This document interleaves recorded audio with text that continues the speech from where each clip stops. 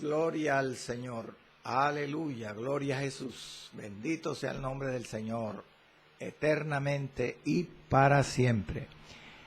El Señor imparta bendición a todos los oyentes de Bellavista Estéreo 103.6, frecuencia modulada. Un saludo especial esta mañana, candente, a toda la audiencia de Bellavista Estéreo del programa El Justo por la Fe Vivirá.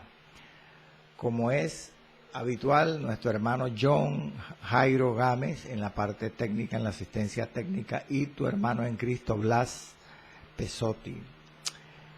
Quiero leer inicialmente, después oramos, amén, el pasaje bíblico en el libro de Hechos. Dice la palabra, gloria al nombre de Jesús. Le hemos corrido desde el versículo 10 hasta el versículo 16 del capítulo 21. Dice la palabra con la bendición del Padre, del Hijo y del Espíritu Santo.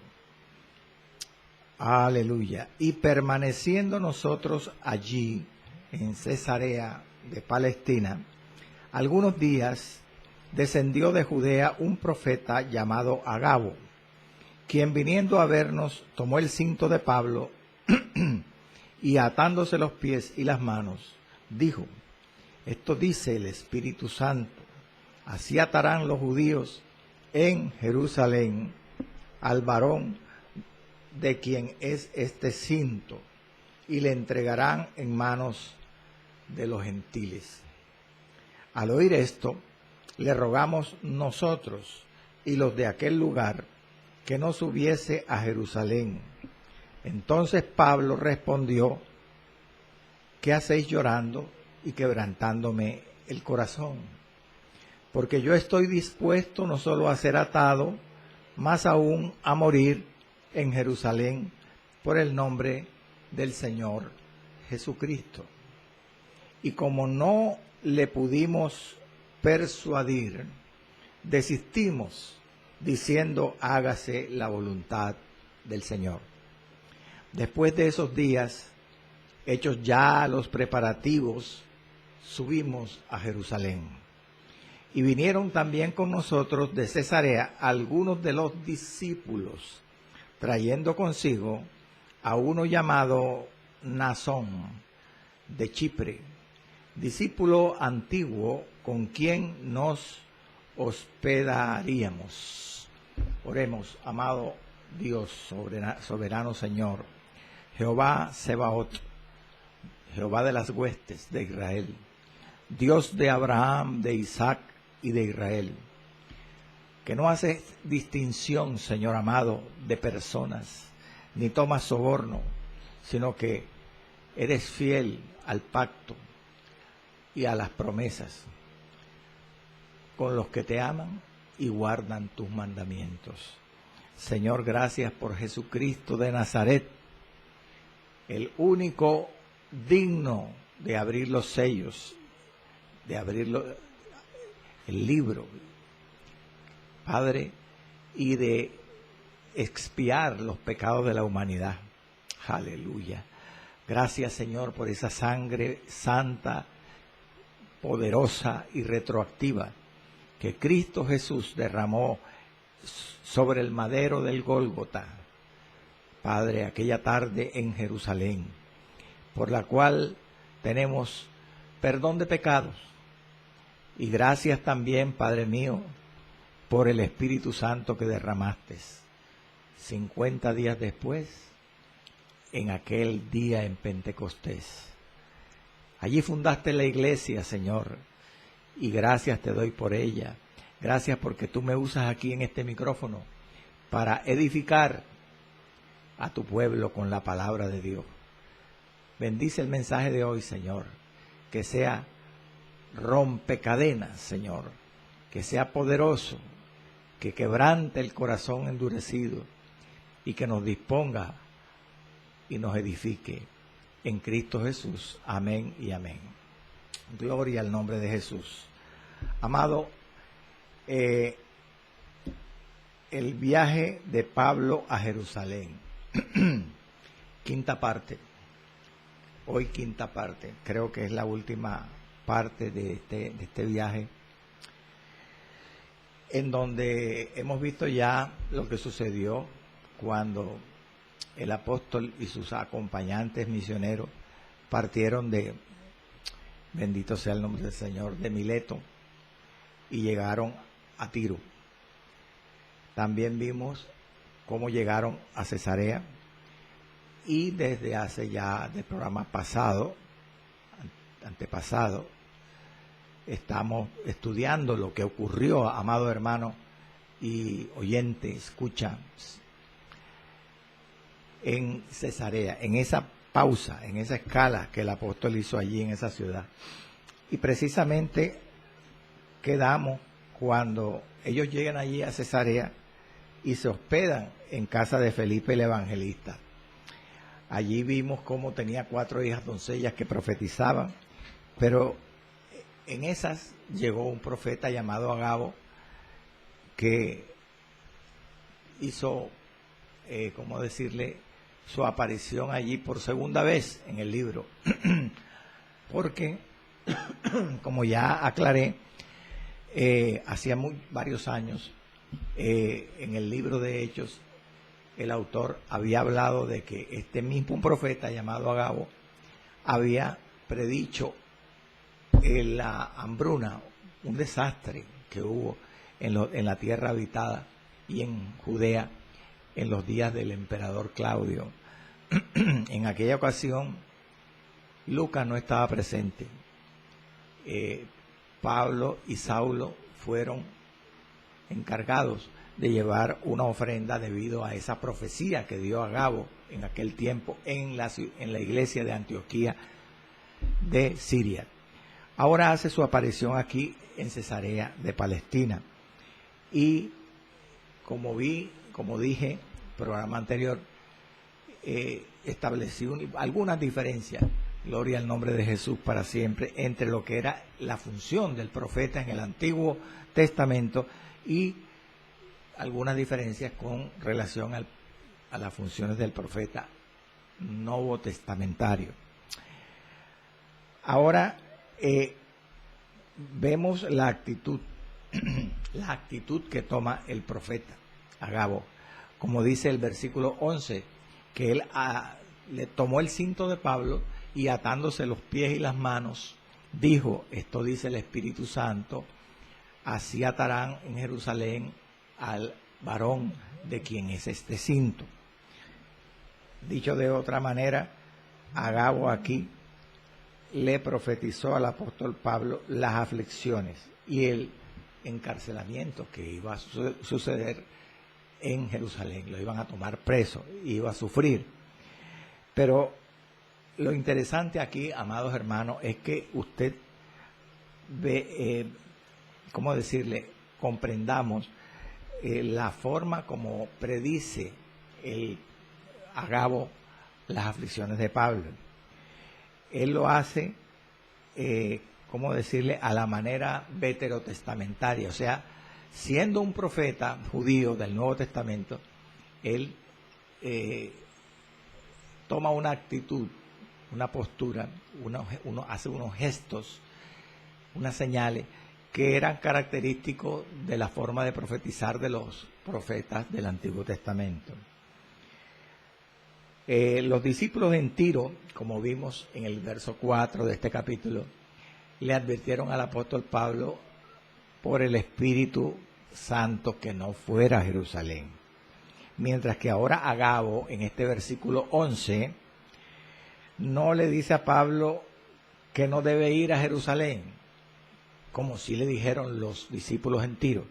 Sencillamente, Agabo se limita a predecir, a vaticinar los eventos futuros aflictivos que le esperaban a Pablo en Jerusalén.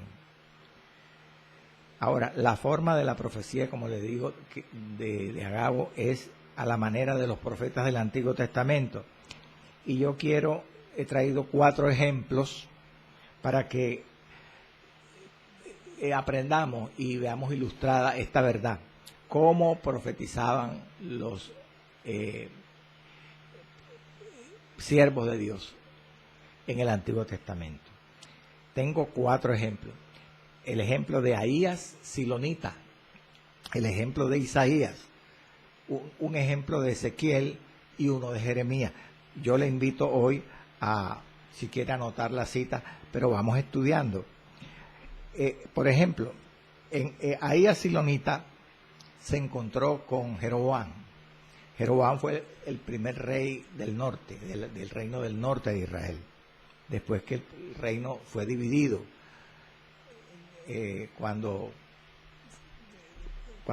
después que reinó Salomón. Ahí aparece en este pasaje, en el camino que recorría Jeroboam, un profeta, Ahías silonita, y le predice que Jehová dividiría el reino en 10 partes, en 12 partes, y 10 partes se la daría Dios a él. Entonces, la forma como hace el profeta Ahías silonita es una forma parecida a como gesticuló con señales Agabo en los días de Pablo. Fíjese que Ahías silonita rompe su capa nueva en 12 partes. Vamos a leer el pasaje, Primera de Reyes 11, versículo 29 al 31. Dice así: aconteció pues en aquel tiempo que saliendo Jeroboam de Jerusalén, le encontró en el camino el profeta Ahías silonita, y éste estaba cubierto con una capa nueva, y estaban ellos 2 solos en el campo, y tomando Ahías el profeta la capa nueva que tenía sobre sí, la rompió en 12 pedazos, y dijo a Jeroboam: toma para ti los 10 pedazos, porque así ha dicho Jehová, Dios de Israel: he aquí yo rompo el reino de la mano de Salomón, y a ti te daré 10 tribus. Como usted observa, amado, este profeta se valió, además de la palabra que Dios le dio, de señales para ilustrar su mensaje. Era una forma característica, amado, de los profetas veterotestamentarios. Veamos el caso de Isaías. Dice este pasaje que le traigo hoy, Isaías 20, versículo 2 al 4, que Dios le dio una orden al profeta, que anduviese desnudo y descalzo por nada más ni nada menos que 3 años, para mostrar de esa manera cómo los asirios, ese pueblo enemigo de Dios, llevarían cautivos a los egipcios y a los etíopes. Vamos al pasaje, leamos para que usted aprenda esta mañana. En aquel tiempo, dice Isaías 20, de 2 al 4, habló Jehová por medio de Isaías, hijo de Amós, diciendo: ve y quita el cilicio de tus lomos y descalza las sandalias de tus pies. Y lo hizo así, andando desnudo y descalzo. ¿Escuchó? El profeta Isaías. Y dijo Jehová: de la manera que anduvo mi siervo Isaías, desnudo y descalzo 3 años, por señal y pronóstico sobre Egipto y sobre Etiopía, así llevará el rey de Asiria a los cautivos de Egipto y a los deportados de Etiopía, a jóvenes y ancianos, desnudos y descalzos, y descubiertas las nalgas, para vergüenza de Egipto. Veamos otro ejemplo. Ezequiel capítulo 4, verso 1 al 3, señala cómo Dios le manda al profeta simular con algunas señales el sitio babilónico de Jerusalén. Y le explica que él debía poner sitio sobre sí mismo a una réplica de la ciudad, a una miniatura, una imitación de la ciudad. Leamos la palabra.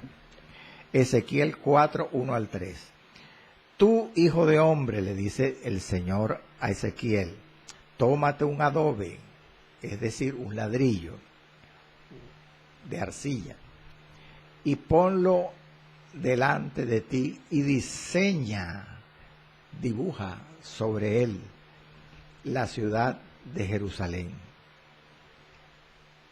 Y pondrás contra ella, contra Jerusalén, sitio, y edificarás contra ella fortaleza, y sacarás contra ella baluarte, y pondrás delante de ella campamento. Todo era una simulación del sitio que vendría contra Jerusalén en aquellos tiempos. Y le sigue diciendo Dios al profeta, y colocarás con ella arietes, es decir, postes, columnas, alrededor, como en un sitio, alrededor de una ciudad. Tómate también una plancha de hierro y ponla en lugar de muro de hierro entre ti y la ciudad. Afirmarás luego tu rostro contra ella y será en lugar de cerco y la sitiarás. Es señal a la casa de Israel. Veamos el caso siguiente, el de Jeremías, verso 4 del capítulo 13. Aquí Dios le ordena, y yo he omitido todo el pasaje, nada más voy a leer un solo versículo, en donde Dios le dice al profeta Jeremías que tome su cinto, el cinto de su túnica, y vaya al río Éufrates y entierre ese cinto, que era de tela. Y al cabo de cierto tiempo Dios le ordena al profeta ir y sacar el cinto. ¿Cómo estaría el cinto? Un cinto de tela, días después de ser enterrado en una arena junto a un río, húmedo, la tierra. Se pudre, la tela se pudre por la humedad. Entonces Dios le dice al profeta, así como se pudre ese cinto, así la casa de Israel no tendrá relación conmigo. Yo la desampararé y la entregaré para que sea sitiada, sea cautiva. Bendito sea el nombre del Señor. La cautividad que vino sobre el pueblo de Israel por los babilónicos. Vamos a leer la palabra. Gloria al Señor. Jeremías, capítulo 13, verso 4. Toma el cinto que compraste, le dice al profeta, que está sobre tus lomos. Levántate y vete al Éufrates, al río Éufrates, y escóndelo allí en la hendidura de una peña. Ahí se explica en ese pasaje que el pueblo de Israel era tan amado de Dios que era como un cinto, es decir, siempre ceñido. Un cinto siempre está amarrado, o estaba amarrado a la cintura, sosteniendo la túnica de los judíos. Ellos se vestían de túnica y con cinto. Y de esa manera, el pueblo de Israel, que era en este caso el cinto, estaba ilustrado por el cinto, estaba unido a Dios, que eran los lomos, permanentemente. Pero cuando Dios le dice al profeta, escóndelo en el Éufrates, y después va el profeta y lo encuentra podrido, Dios le dice al profeta, bueno, ahora Israel no estará ceñido, no estará en comunión conmigo. ¿Por qué? Porque así como un cinto podrido no puede ajustar, no puede ajustar una túnica porque se rompe, así Israel estará desamparada y será cautiva por Babilonia. Gloria al Señor. Entonces, como nosotros vemos aquí, de la manera que estos profetas del Antiguo Testamento, como los que acabo de mencionar, algunos ejemplos, predijeron, así ahora en Cesarea Agabo predice el encarcelamiento de Pablo, atándose el cinto de Pablo a los pies y a las manos. Y le dice, esto dice el Espíritu Santo, así atarán en Jerusalén al varón de quien es este cinto, y le entregarán en manos de los gentiles. Aquí hay algo interesante, hermano amado. Los términos, mire, las palabras de la profecía de Agabo en Cesarea, prediciéndole a Pablo, recuerdan las palabras del Señor Jesús, cuando el Señor Cristo predijo su propio arresto a los discípulos. Cuando él lo dijo cuando mencionó que él sería entregado en manos de las autoridades de Jerusalén y los judíos le entregarían a los gentiles. Vamos a la palabra. Marcos capítulo 10, verso 33. Cuando Jesús estaba con los apóstoles, en alguna ocasión les dijo esto: he aquí subimos a Jerusalén, y el Hijo del Hombre será entregado a los principales sacerdotes y a los escribas, y le condenarán a muerte y le entregarán a los gentiles. ¿Por qué le menciono esta predicción del Señor de su sufrimiento y su entrega a los judíos y su arresto en manos de los judíos y la entrega de los judíos de él arrestado a los gentiles? Porque tiene unos detalles muy parecidos a la profecía que da Agabo a Pablo. Sin embargo, en el arresto del apóstol hay una diferencia, hermano. Una diferencia con respecto a Jesús. En el caso de Pablo, el apóstol fue rescatado por los gentiles, oiga bien, o sea, los romanos, de manos de los judíos que lo querían matar. Y los gentiles, los judíos no entregaron de buena manera a Pablo, sino que se vieron forzados, no entregaron de buena manera a Pablo, sino que se vieron forzados, obligados a entregar al apóstol. Veamos lo que dice la palabra. O sea, vamos a comparar ahora algo muy interesante cuando uno estudia las profecías. Vamos a comparar, ya leímos lo que es la profecía de Agabo, lo que él predijo de Pablo, y ahora vamos a ver lo que realmente sucedió después que Pablo llegó a Jerusalén. Recordemos que Agabo predijo que el apóstol Pablo sería, los judíos atarían en Jerusalén al varón de quien era el cinto y le entregarían en manos de los gentiles. Ahora veamos lo que sucedió en Hechos 21, verso 30 al 33.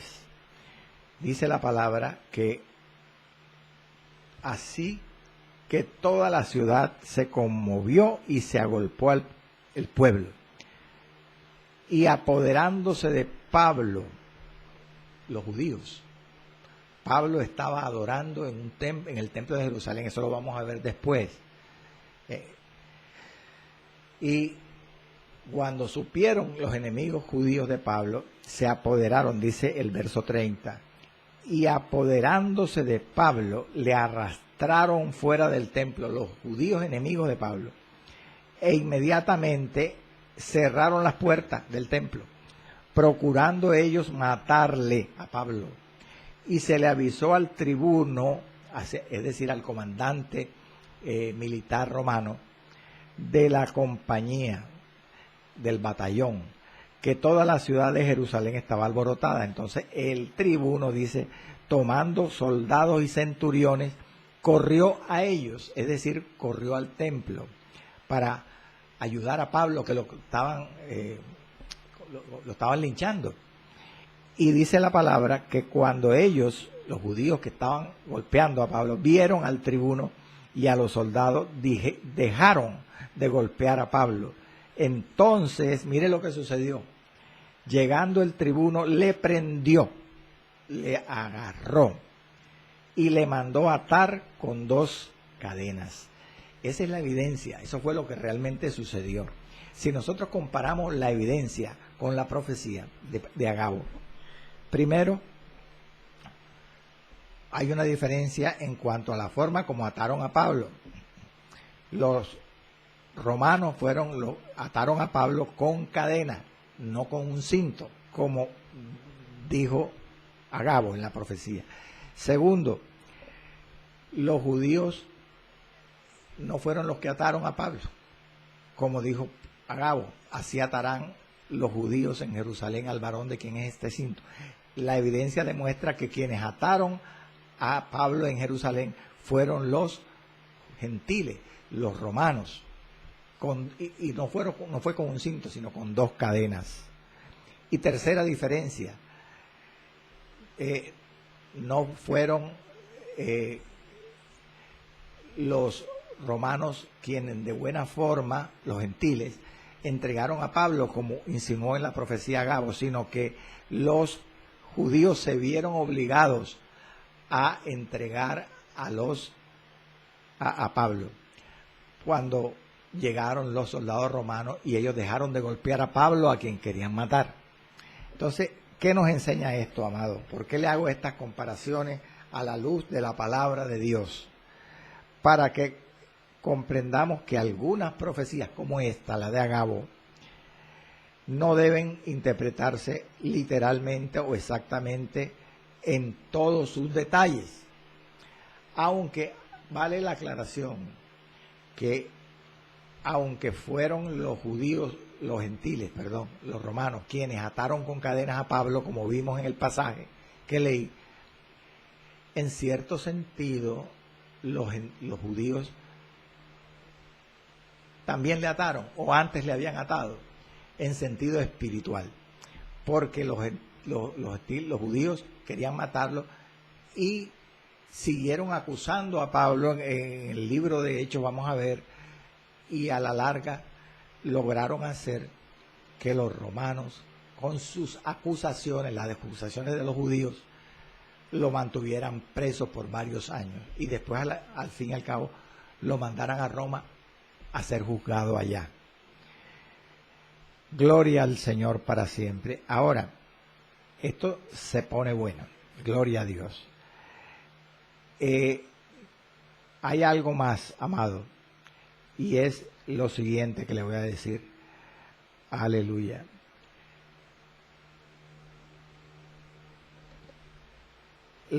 Vamos a pasar al versículo 12 y 13. Dice la palabra que al oír esto,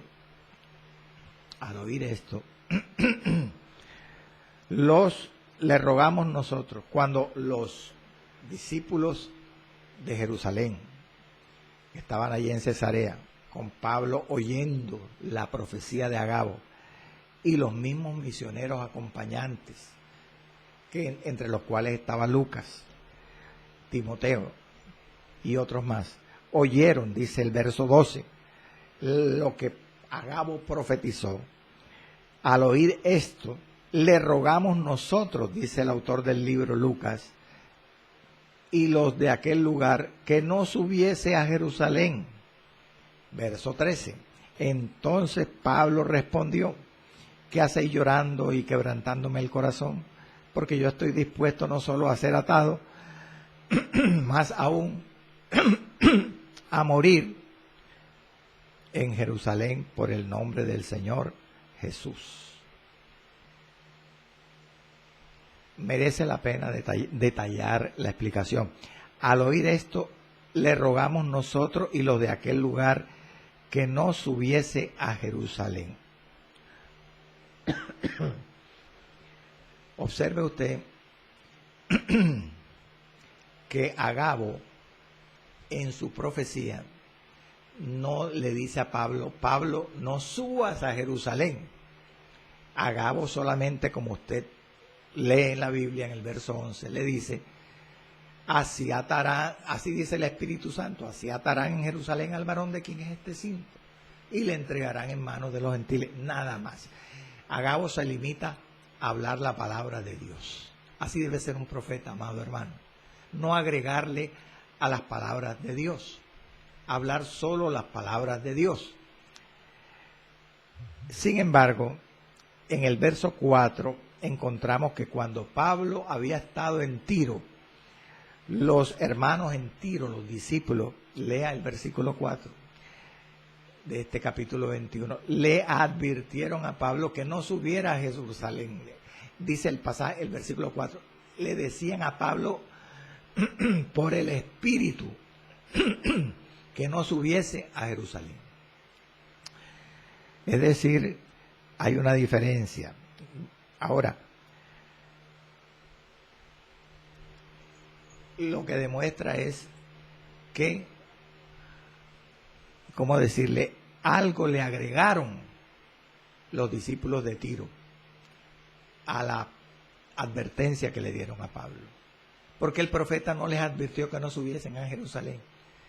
Esto, a la luz de la palabra, parecía que los hermanos en Tiro le añadieron a Pablo su propio consejo, su consejo humano. Ahora, surge una pregunta: ¿por qué en este versículo que acabé de leer, en el verso 12 y 13, los colegas misioneros del apóstol Pablo, que como hemos visto eran ocho que lo habían acompañado desde allá, desde Troas, en este tercer viaje misionero, ¿por qué toman esta actitud? La actitud de ¿qué? De rogarle a su líder espiritual. Parece un abuso, ¿verdad? Un atrevimiento. Le ruegan a su líder espiritual, al apóstol Pablo, que no suba a Jerusalén. Y no solamente le ruegan, sino que el verso 13 dice, o da a entender, que también lloraban en medio de esos ruegos. ¿Por qué toman esta actitud? Y eran los misioneros, hermanos, los colegas de Pablo. A la luz de la palabra, suponen los intérpretes que debió ser por el reiterado mensaje de advertencia que daba el Espíritu Santo. Como hemos estudiado aquí a la luz de la palabra, en el verso 4, primero fueron los discípulos de Tiro, que le advirtieron a Pablo por el Espíritu que no subiera a Jerusalén. Ahora en Cesarea, en el verso 11, Agabo, mediante una profecía señalizada con señales, le dice lo que le va a pasar: sufrimientos y apresamiento. Entonces parece que por estas advertencias repetidas, los misioneros se atemorizaron y le advirtieron a Pablo, tanto que le rogaron y lloraron, rogándole, suplicándole. Por esa, hagamos un análisis más a fondo. Mire, dicen los intérpretes, y eso lo confirmamos en el pasaje, en el libro de Hechos, que los compañeros de viaje del apóstol, los misioneros que ahora le ruegan y lloran, y le lloran al apóstol para que no suba a Jerusalén, ellos, estos misioneros, cuando estuvieron en Tiro, usted observe, capítulo 21, verso 4 en adelante, ellos permanecieron en silencio cuando los hermanos de Tiro le advirtieron por el Espíritu a Pablo que no subiera a Jerusalén. Ellos no dijeron nada, los compañeros de Pablo. Ahora en Cesarea sí se unen a las súplicas de los hermanos de la iglesia en Cesarea, porque como dice el versículo 12, no solamente le rogaron los misioneros que acompañaban a Pablo que no subiera a Jerusalén, sino también los de aquel lugar. Lea el versículo 12, por favor. Los de aquel lugar. Es decir, que ahora los compañeros de Pablo, los misioneros, se unen al clamor, a la advertencia de los hermanos cristianos, discípulos de Cesarea. Es decir, que ellos habían permanecido en silencio, pero ahora hablan porque están, ¿cómo decirle?, ansiosos, preocupados por su líder, porque ya el Espíritu Santo estaba repitiendo las advertencias de que no subiera. Entonces, por esta razón, ahora en Cesarea, ellos se unen a la súplica. Esta situación, mire, esto es conmovedor y merece un análisis todavía a fondo. Esta situación, ¿cómo decirle?, la situación que vive ahora el apóstol Pablo en Cesarea, cuando el profeta Agabo le advierte su sufrimiento y su apresamiento en Jerusalén. Y encima los discípulos de allí de Cesarea y sus colegas misioneros le lloran y le suplican que no suba a Jerusalén. Esta situación aquí en Cesarea de Pablo es muy difícil, más difícil que la que él experimentó en Tiro. ¿Por qué? Porque en Tiro, aunque había sido incómoda su situación, porque los hermanos de Tiro, como he repetido varias veces, le advertían a Pablo por el Espíritu que no subiera a Jerusalén. Ahora en Cesarea era más compleja y presionaba más a Pablo y lo hacía sufrir, porque no solamente eran los discípulos ahora de Cesarea, sino los mismos misioneros, colegas, que le suplicaban y hasta le lloraban. Era una situación en extremo difícil para Pablo. Por eso es que el apóstol, aleluya, gloria al Señor, les dice en el verso 13, al comienzo del versículo: ¿qué hacéis llorando y quebrantándome el corazón? Lo que demuestra aquí estas palabras del siervo es que él sufría, hermano. Pablo sufría y le dolía que sus compañeros lloraran y le suplicaran. ¿Por qué? ¿Por qué el dolor de Pablo ante esta situación? Porque, escuche, él sabía que nada ni nadie le haría cambiar su firme propósito de subir a Jerusalén, porque el Espíritu Santo mismo era el que le había dado testimonio a Pablo de que fuera a Jerusalén. Además, Pablo sabía que el llanto de sus colegas misioneros y los ruegos de que no subiera, que desistiera de subir a Jerusalén, eran sinceros y eran producto del amor que le tenían a él. Y por lo tanto, a él le dolía el no poder complacerlos y tener que defraudarlos. Sobre todo porque lo hacían con amor, por amor a él. En conclusión, según este verso 13, donde Pablo dice que él le importaba que lo ataran o aún lo mataran en Jerusalén por el nombre del Señor Jesucristo. Entonces, según dice Pablo ahí en ese verso, no es que no le importara, hermano, de que los hermanos no le hubieran conmovido a él con sus ruegos y llantos. No, para nada. Lo que ocurre es, como hemos en el análisis que he dado a entender, que él era decidido a no desviarse, hermano, a no desviarse para nada del camino de la obediencia y del sacrificio por causa de su Maestro y Señor. Ya Dios le había mostrado el camino, bendito sea el Señor. Por esto es que le respondió en el verso 13 al final: porque yo estoy dispuesto no solo a ser atados, más aún a morir en Jerusalén por el nombre del Señor Jesucristo. Verso 14: y como no le pudimos persuadir, añade Lucas, desistimos, diciendo: hágase la voluntad del Señor. ¿Qué trata de decir aquí Lucas? Sencillamente que ellos discernieron, los discípulos de Cesarea y los misioneros, colegas de Pablo, discernieron la mano de Dios en la persistente determinación del apóstol San Pablo a subir a Jerusalén. ¿Se dieron cuenta, hermano? El Espíritu Santo les dio testimonio. Ahora, para los que les gusta estudiar con detalle, surge una pregunta: ¿estaba Pablo haciendo la voluntad en realidad de Dios al marchar a Jerusalén? Esta decisión de Pablo estaba en concordancia, en acople, en armonía con todo lo que dice el libro de los Hechos. Vamos a ver los detalles. Hay 5 puntos de vista que confirman que Pablo estaba haciendo la voluntad de Dios al ir a Jerusalén, a pesar de las advertencias de los hermanos en Tiro, a pesar de la profecía de Agabo en Cesarea. Primero, Pablo siempre fue obediente a la voluntad de Dios.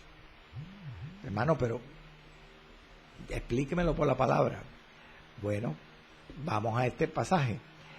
En el segundo viaje misionero, cuando Pablo estaba yendo de Asia, por los territorios de Asia, y optó por pasar a Europa. Mire lo que dice el pasaje, Hechos 16, 6 al 10. Y atravesando Frigia y la provincia de Galacia, les fue prohibido, ¿por quién? ¿Por los hombres? No, por el Espíritu Santo, hablar la palabra en Asia. Y cuando llegaron a Misia, ¿qué quiere decir? No dice más nada. Sencillamente da a entender que si siguieron para Misia, Pablo obedeció la voz del Espíritu. No habló la palabra en Asia. Y sigue diciendo, y cuando llegaron a Misia intentaron ir a Bitinia. Pablo también quería ir a Bitinia, pero el Espíritu, con mayúscula, el Espíritu Santo, no se los permitió. Y pasando junto a Misia descendieron a Troas, es decir, que no fueron a Bitinia. Es decir, Pablo obedeció. Y se le mostró a Pablo en Troas una visión de noche. Un varón macedonio estaba en pie rogándole y diciendo, pasa a Macedonia y ayúdanos. Mire lo que dice el autor del libro. Cuando vio la visión, ¿quién? Pablo, en el sueño, enseguida procuramos partir para Macedonia, dando por cierto, gloria al Señor, que Dios nos llamaba para que anunciásemos el Evangelio allá en Europa, en Macedonia. Es decir, Pablo también obedeció. Obedeció cuando el Espíritu Santo le dijo, no, aquí no es, en 2 ocasiones en este pasaje. Y obedeció cuando el Espíritu Santo le dijo, es por aquí, vayan a Macedonia. Pablo era obediente, hermano, en todas las cosas. Era obediente. Segunda razón para pensar que sí, en realidad hizo la voluntad de Dios al marchar a Jerusalén. No solamente porque él siempre fue obediente, sino que sus palabras en Hechos 21:13 al final son las de una persona que siente que está haciendo la voluntad de Dios. ¿Qué palabras? Leamos esa parte del versículo 21:13. Porque yo estoy dispuesto no solo a ser atado, más aún a morir en Jerusalén por el nombre del Señor Jesús. Pasaje que estamos estudiando. Esas palabras no indican, no son la decisión de una persona que era desobediente, que era rebelde, de una persona obediente. Tercera razón, no era posible que un siervo de Dios como Pablo, de oración, de ayuno, de vigilias, de actividad intensa en el Evangelio, con tanta comunión con el Señor, a quien se le fue revelado o le fue revelado más de la mitad del Evangelio, estuviera dispuesto a arriesgarse sin necesidad. Amén. Porque en Jerusalén le esperaban prisiones y tribulaciones, arresto. Se iba a arriesgar a sufrir. Pero Pablo, por su historia, su vida, que demuestra y confirma que él no era un varón, un siervo que estuviese dispuesto a arriesgarse sin razón. Al contrario, Pablo era prudente, muy prudente. Cuarta razón, era la voluntad de Dios que Pablo subiera a Jerusalén, porque después que pasara por Jerusalén, él iba a ir a Roma, como él se lo había dispuesto, y Dios le había dicho ya en profecía que era necesario, le dijo en profecía, que era necesario que él fuera a Roma, a Nerón, al emperador. Y eso se lo dijo en una travesía cuando él iba preso a Roma para ser juzgado allá. Hechos 27, 24, leamos. En ese viaje por barco, donde Pablo, en el cual Pablo iba preso a ser juzgado en Roma ante Nerón, dice que el ángel de Dios le dijo en visión a Pablo, en un ayuno que él hizo de 14 días, en pleno viaje: no temas, es necesario que comparezcas ante César. Dios le confirmó en esa visión por el ángel de Dios que si era necesario que fuera a Roma a comparecer ante César, era la voluntad de Dios que antes hubiera pasado por Jerusalén, porque por el apresamiento y el arresto y los sufrimientos de Jerusalén era que él iba a Roma, a Nerón, para ser juzgado. Quinta razón, y esta razón la vemos en el verso 4, cuando los discípulos de Tiro, una vez más, repito, le advirtieron por el Espíritu Santo a Pablo que no subiera a Jerusalén. Esto nos sirve de otra razón más para demostrar que Pablo hacía la voluntad de Dios. ¿Por qué? Si ahí parece todo lo contrario, porque Pablo no sigue el consejo de los discípulos de Tiro. Hay un sentido en que Pablo fue obediente. ¿En qué sentido? En el sentido de que discernió que los discípulos de Tiro no estaban diciendo solamente la voluntad de Dios. Pablo discernió que en las palabras de los discípulos de Tiro, los discípulos allí habían agregado sus propios sentimientos.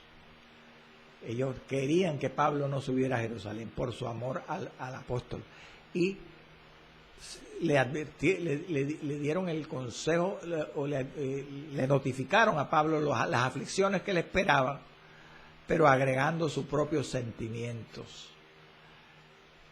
Y lo manifestaron al apóstol como una prohibición, cuando no era una prohibición. Gloria al nombre del Señor. Ahora, sigamos un poco más adelante.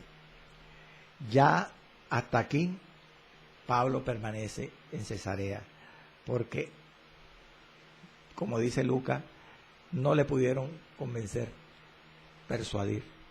Entonces, decidió Pablo salir a Jerusalén. Y dice el verso 15, que después de esos días, hechos ya los preparativos, subimos a Jerusalén. Dice, después de esos días, que fueron muchos días, ellos, después, al ver que no podían convencer a Pablo, entonces hicieron las maletas, prepararon sus equipajes, hicieron los preparativos y subieron a Jerusalén. ¿Para qué? Para recorrer, como ya he dicho en programa pasado, los 105 kilómetros que separaban a Cesarea la marítima o de Palestina de Jerusalén. Se preguntan los intérpretes, y ahora viene algo muy interesante que hay que estar atento. ¿Cómo recorrieron, amados? Se preguntan los intérpretes, repito, los misioneros y Pablo, esta distancia de 105 kilómetros de Cesarea a Jerusalén.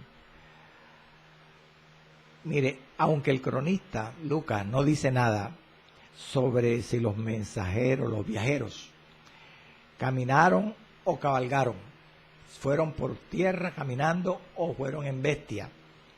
Algunos han interpretado, escúcheme, por el lenguaje que Lucas usa en otra versión, en el verso 15, no dice hechos ya los preparativos, sino dice nos preparamos para el camino.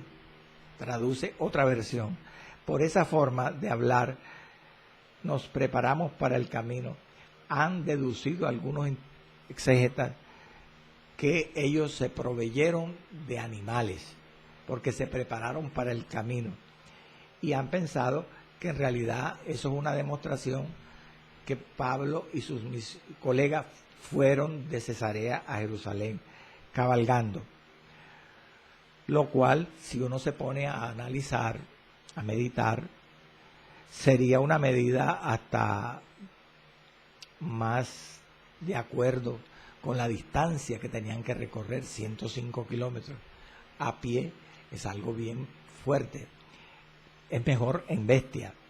Y estaría no solamente más de acuerdo con eso, sino sería una medida más prudente que se hubieran ido a caballo. ¿Por qué?